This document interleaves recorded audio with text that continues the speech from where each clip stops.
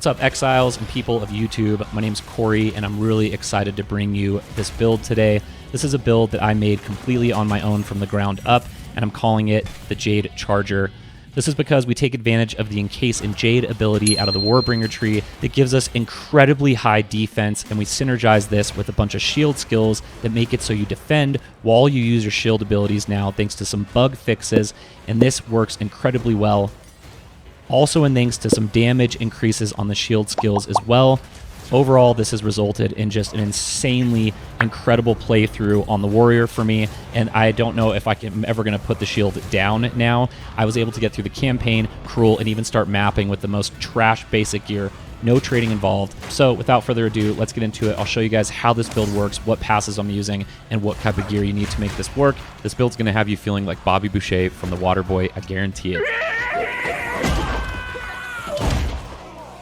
All right, as always, links in the description with timestamps so you can jump to whatever topic you're interested in. And if you'd like to play around with the build yourself, you can just implement it and tweak it however you'd like.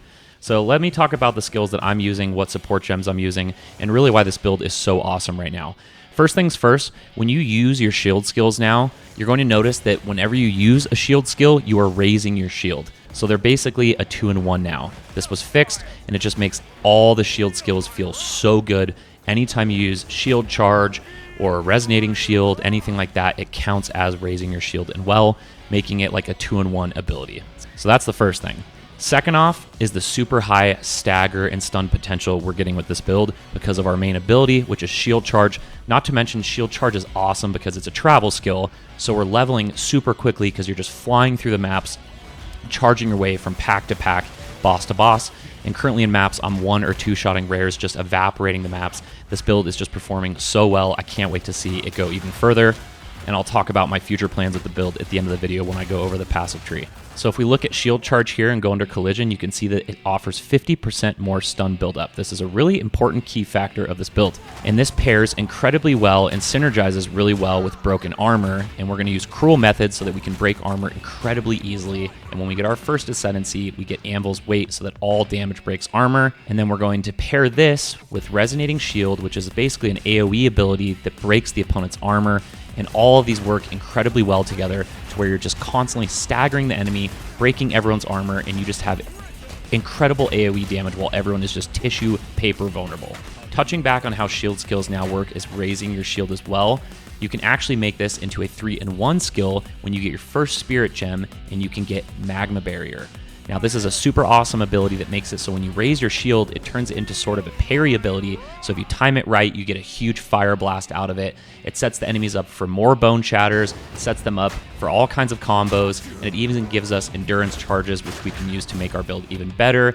Now, the first ability you're going to get as a warrior before any of the shield skills is Rolling Slam, and you can go ahead and just Rolling Slam into Bone Shatter basically throughout the entire campaign if you want to. And what's even cooler about this is if you didn't know, you can actually cancel the second Rolling Slam to get that Bone Breaker off even faster, and it just makes it feel like such a smooth, awesome combo, and you're just flying through the first act with this. I'd really recommend that you get a shield and start practicing with the skills as soon as possible. Then for War Cries, Infernal Cry is just absolutely awesome because it's just giving us more AoE damage. Basically, this makes it so anytime an enemy dies, it's going to explode. And we can also pair this with Trample Toes, which is an incredible legendary. And I'll go over my gear at the end here when we go over the passive tree and show you everything that I'm currently using. But I want to touch on the fact that I just went through upgrading and trading for my gear just recently with where I'm at in maps now. I got well into mapping, well through cruel, no problem with completely trash gear with nothing but a shield, is because shield charge damage is based off of the armor on your shield. So to make shield charge perform well, all you need is a shield with high armor. That's it. That's what's so awesome about this build. I had completely trash gear, and I'll show you in this clip here, you can see I was using a completely trash shield with like 400 armor and was well into mapping, no problem. I just recently did some trading. I was able to find 2 divine orbs on my playthrough through the campaign, and I recently have done some trading and got myself some better gear, and now I am just completely obliterating through the end game, and it's just a total blast. Now let's talk a little bit about one of the main abilities of this build and where this build gets its name, and that is Encase In Jade. And this comes from the Warbringer Ascendancy, and it's a really awesome ability that just gives us overall incredible awesome defense, so that while we're charging into enemies, you don't have to worry about getting one shot by weird mechanics or some type of element that you didn't see coming or some ranged ability. It's just a really nice extra defensive ability that makes us even more tanky. And we're already so crazy defensive because while we're using Resonating Shield or any of our abilities, we're blocking. So we're constantly blocking, and we have Encase In Jade just giving us extra HP. If you don't know, the way Encase In Jade works is that you're going to slowly build up physical damage reduction, and then you can pop the ability to just get an overall shield for your character. And you really want to use this wisely, because if you're taking elemental damage, the stacks can increase, and it really works really well for that, but maybe you want to keep it for more physical damage reduction. Just depends what works better for you. And as far as support gems currently, I have Persistence in here. There really are no support gems available for Encase In Jade, so this is currently the only option. But if you go into the support gems here and we look at Encase In Jade, you can actually see that there are more coming soon. And you can actually fast forward it, but I can't really figure out why I would want to do that yet. I want the skill to definitely last longer. Absolutely incredible skill, not to mention it just looks super badass, and it's really, really fun. You're just a Jade statue, indestructible, running in there, slamming everything, and just blowing everything up. Now, if you do not have Trample Toes, have no fear. The Warcry will do everything you need. Infernal Warcry will make it so the packs get all the AoE damage you need, but when you get Overkill, it's really going to make the entire screen start evaporating, so definitely get those when you can. I traded it for 1 Exalted Orb. It was super cheap at the moment. Should be able to get one of those, no problem. Regarding Spirit Gems, the other Spirit Gem that we're going to use early on is Scavenged Plating, and this is so awesome because it uses the armor that we're breaking, and remember, we're breaking all of the enemies' armor incredibly easy. You slap like 1 Resonating Shield, the whole screen armor is going to break, and you're going to have max Scavenged Plating immediately, and it gives us Thorns, which is super nice. This is not a Thorns build, but it's still beneficial. It's nice to have that little bit of reflective damage. We just get way more armor. This is just a no-brainer skill for the build because we're breaking so much armor. Overall, I'm just so floored with how well this build has been performing, and I'm having so much fun with it. A couple weird side notes: I've played a lot of mouse and keyboard, and I prefer WSD controls, but I've even played around on, dare I say it, controller a little bit, and strangely, Shield Charge seems to work much better with an analog stick. I can actually turn corners. I haven't really seemed to found a way on mouse and keyboard to actually turn really well with Shield Charge, but that really doesn't affect anything much. However, I just gotta say, I would really recommend trying the game in general on controller if you haven't. It just feels stellar. I'm even currently playing around with things like Shield Wall, which make it so you can encase the enemy, and say you come across a really dangerous enemy, whatever, you can use this to trap them and get some really cool damage out of it. So I'm playing around with that. Let's talk about support gems a little bit here and what I'm currently using. I'm using Lacerate on Shield Charge because the bleed damage is based off of the ability it's tied to. Shield Charge hits so hard that it causes them to bleed for quite a bit. And then I'm using Heft so that it does even more physical damage. And I also like Ingenuity because having the extra cooldown rate on it is major so that we can just sprint from pack to pack to pack. Scavenged Plating, I'm currently using Vitality so that we get more life. And I want to get some more support gems in here. I'm going to be going for Herbalism so that I get more out of my flasks. I just currently don't have enough Spirit, so when I get some more Spirit, I'll be adding that gem in as well. Currently a work in progress, so check back later when I'm really at, like, you know, hopefully pushing around level 90 to see what this thing is really capable of. Infernal Cry, we have Premeditation, so skills are empowered by support skills, so they deal 15% more damage. That's really nice. And then we have it so it dazes enemies, which is going to help us even more with our stuns, so that's really important and awesome.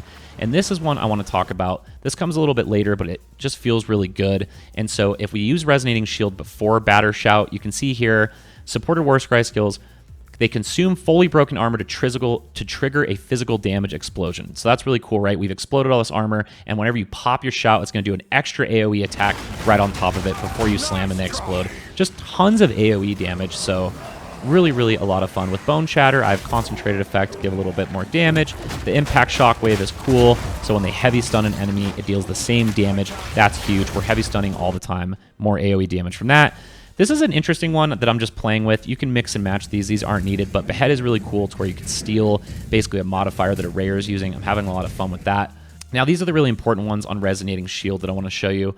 I have Rupture so that my bleed on my shield, it gets aggravated when I use Resonating Shield, which is really nice. Now, Break Endurance is a really big one. You have 40% chance to gain an Endurance charge when we break armor. Now, we're breaking armor constantly, so it's always going to have max Endurance charges, which is really great. And this is the big one. This is the key to making Resonating Shield absolutely shine, and that's Demolisher. Supported skills break 50% more armor. Now keep in mind, Cruel Methods break 40% increased armor. You pair these together and you are just going to be absolutely armor just falls right off of them. You just snap your fingers, the armor falls off the enemy. It's super awesome. Pairs really well with Scavenged Plating. So that's really all you're doing. You're slamming into the enemies, and whenever you're not shield charging, you're just popping your resonating shields so that your shield is up and you're getting that AoE damage, and it just is insane how good it works. I wouldn't be surprised if we see a nerf in the future or they tweak something about this now that it is performing properly and they can see how it's really working. Let me know what you think about the build, guys. I'm having just an absolute blast on the Warrior. I think it's going to be hard to play a different class after playing this. So that's really where I stand right now. Let me go ahead and show you guys currently what I'm using for my gear. Don't judge, it's nothing crazy. I'm really just focusing on getting my resistances so that all my resistances are maxed out while trying to focus on like extra physical damage. And then this mace is really nice. I get +3 to all melee skills, which is, as you can see, making all my skills like shield charge and blah, blah, blah much higher, which is really nice. Again, Trample Toes is really the only... This isn't even a necessary unique, but it makes the build feel so much better. So try to pick those up if you can. Other than that, they're totally just basic pieces. However, keep in mind on your gear, you really want to go for life. You can see I have life on a lot of my pieces, and ideally not even as much as I would like. And that is because Encase In Jade is based off of your life. You can see here that Encase In Jade gain guard equal to 6% of your max life. So keep in mind, the more max life you have, the bigger of a shield you're going to get off of Encase Jade. And the most important thing in this build is the armor on your shield. Now, this is the shield I recently upgraded to. It cost me about 20 exalts, and that was the most expensive piece I have at the moment, but that's the only expensive piece I'm using, and you can probably craft something with high armor, no problem. That's all you need to make this build work, is a high armor weapon. Now, if you're having any problems finding a shield, whatever, you can just grab yourself a two-hander. They drop all the time. It's not hard to get high damage on a two-hander, and like I said, you can just rolling slam and bone break your way through things, no problem, until you kind of get it together. Now let's talk about my passive tree and my future plans for this build. I've currently ascended twice on this build so that we have the Encase In Jade ability and Anvil's Weight, which my opinion make this just such a sweet prime spot for this. Now, my way through the tree here, I basically have gotten a couple fire damage nodes to help out with that Magma. And then here, gaining 12% physical damage as extra fire is nice because we do so much physical damage. So all your sheer charges are going to add that fire damage. So I've gone for some fire synergy here so that our Magma shield hits really hard. But keep in mind, the Cruel Methods is really the must-have early on. As far as my tree, you can see, I'll show you the main ones here. Brutal, obviously we want more stun buildup because we're focusing on stun buildup because like 1 or 2 shield charges and even a boss will be staggered.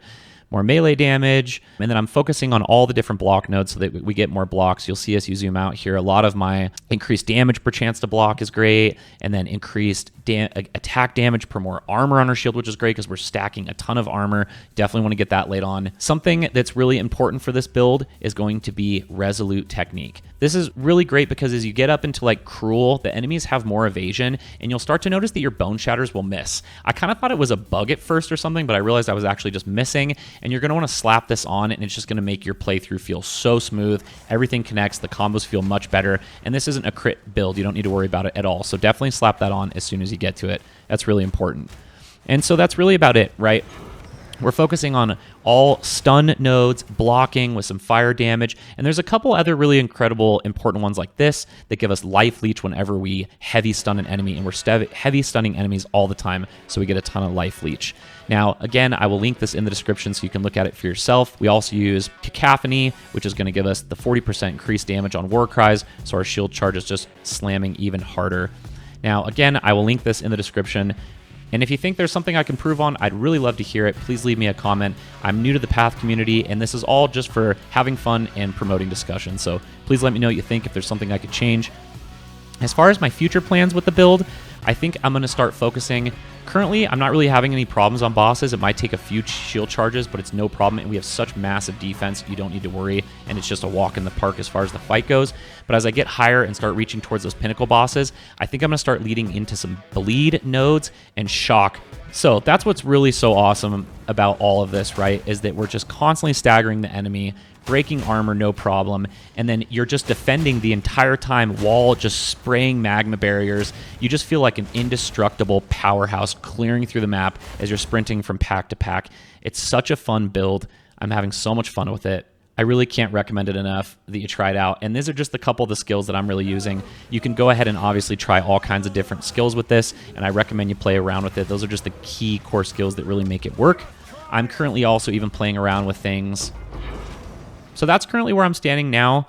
And what I'd like to do with this build going forward is I'm going to get my third Ascendancy, and I'm going to go into Imploding Impacts so that we can break their armor even further below 0. I can't wait to see what that's going to do to the build, and I'll definitely do an update on this for you guys. Let me know what you think. I'd really like to hear what you think about the build. If you like it, are you having fun? Have you tried the Shield Warrior? Do you think there's something I can improve on? Please let me know, you guys. Like I said, I'm brand new to the Path community here, and I'm having a really good time playing the game. Cannot wait for release. Thank you so much for your time, you guys. Please leave me a comment. I really appreciate your time if you made it this far in the video. I'm just a simple X-ray tech out of here, and I just like to make videos for fun. Also, quick shout out to Lex. Go ahead and check out his channel. I learned a lot from watching his videos when I first started playing Warrior, so major shout out. Appreciate it. So thank you so much for your time, and I hope I get to see you in the next one. I'll definitely do an update on this build as I get a little bit higher and get some further ascendancies. Thanks so much for your time, guys. I really appreciate it. Take care. Hope you're happy and well. Much love. Peace out.